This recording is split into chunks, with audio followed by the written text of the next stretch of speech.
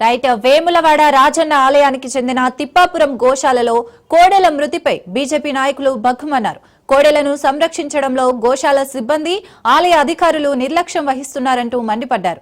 అయితే ఇప్పటి వరకు కోడెల సంరక్షణకు చేపట్టిన పనులపై శ్వేతపత్రం విడుదల చేయాలంటూ డిమాండ్ చేశారు. తిప్పాపురం గోశాలను సందర్శించిన బీజేపీ నాయకులు ఇకపై కోడెల మృత్యు ఘోష ఆగకపోతే గోశాలలతో పాటు రాజన్న ఆలయం ముట్టడిస్తామని హెచ్చరించారు. రాజన్న గోశాలను పిక్నిక్ స్పాట్ గా మార్చాలంటూ నిప్పులు చెరిగారు.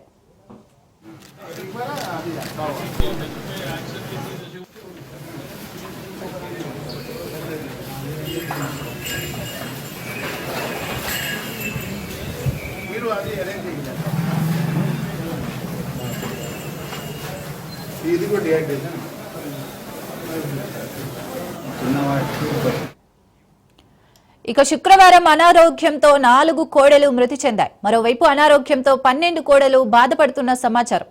కాగా ఇప్పటి వరకు గోశాలలో 30 కోడెలు మృతి చెందాయి. దీంతో హిందూ సంఘాలు ఆగ్రహం వ్యక్తం చేస్తున్నాయి. రాజన్న ఆలయ గోశాలలో ప్రస్తుతం 1300 కోడెలున్నాయి. దీంతో గోశాలలోనే వెటర్నరీ డాక్టర్ల బృందం వాటి ఆరోగ్య పరిస్థితులను పర్యవేక్షిస్తున్నారు. మరోవైపు ప్రతిరోజు గోశాలలను పర్యవేక్షిస్తున్నారు జిల్లా కలెక్టర్. వైద్య సేవల వివరాలను స్వయంగా అడిగి ఆరా తీస్తున్నారు. అదేవిధంగా కోడెలకు దానా, పచ్చిగడ్డిని పరిశీలిస్తున్నారు.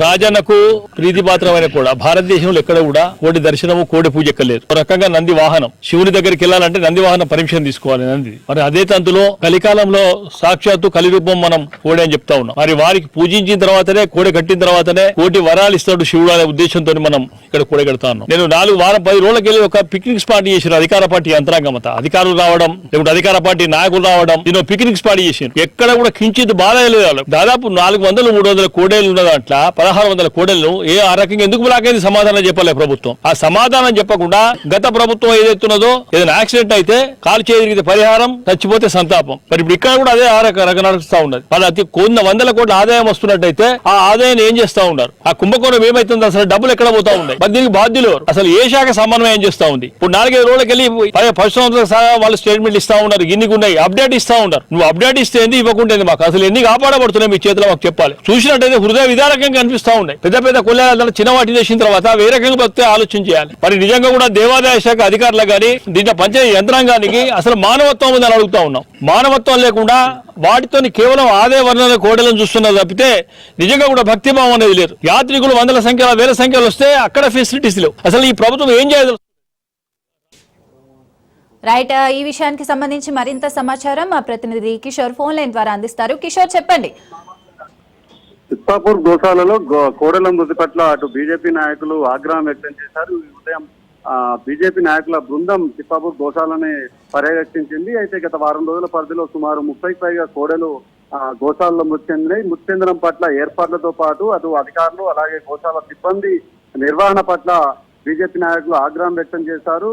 ప్రభుత్వం వెంటనే దీనిపై శ్వేతపత్రం విడుదల చేయాలంటూ కూడా డిమాండ్ చేశారు. అయితే ఇప్పటికైనా గోశాలలో గోవుల మృతి చెందకుండా చర్యలు చేపట్టకపోతే అటు రాజన్న ఆలయంతో పాటు గోశాలను బీజేపీ నాయకుల బృందం ముట్టడిస్తామని కూడా హెచ్చరించిన పరిస్థితి మాత్రం నెలకొందని చెప్పవచ్చు. అయితే గత కొంత కాలంగా చూసుకున్నట్లయితే వర్షాలు మొదలైనప్పటి నుండి కూడా తిప్పాపూర్ గోశాలలో సుమారు వారం రోజుల పరిధిలోనే 30కి పైగా కోడెలు మృతి చెందాయి. తక్కువ పరిణామంలో గోశాల ఉండడం, ఎక్కువ గోవులు ఉండడంతో ఈ పరిస్థితి నెలకొందని గతంలో పశువైద్యుల బృందం కూడా అటు కలెక్టర్ దృష్టికి తీసుకెళ్లింది. అయితే గోశాలలో గోవుల మృతిపై కోడెల మృతి పట్ల రాజనీతి కూడా వరుస కథనాలు కూడా ప్రసారం చేసింది. ఈ కథనాలకు స్పందించిన కలెక్టర్ అటు గోవుల మృతికి సంబంధించి చర్యలు చేపట్టే పనిలో పడ్డారని చెప్పవచ్చు. ఇప్పటికే నూతన గోశాలను నిర్మించేందుకు 53 లక్షలను విడుదల కూడా చేశారు. ఒకవైపు నూతన గోశాలకు సంబంధించి స్థల పరిశీలనకు సంబంధించి ఏర్పాట్లు జరుగుతుంటే, మరోవైపు అనారోగ్యానికి గురైన కోడెలు మాత్రం మృతి చెందుతూనే ఉన్నాయి. అయితే మరో 12 కోడెలు కూడా అనారోగ్యం బారిన పడినట్టు కూడా తెలుస్తుంది.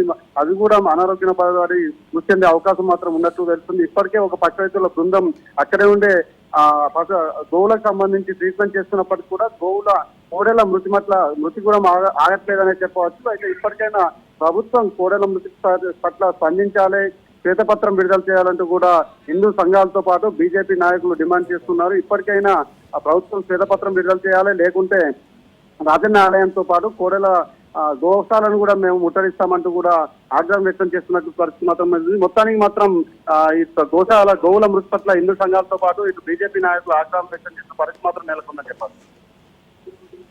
Right, thank you Kishore.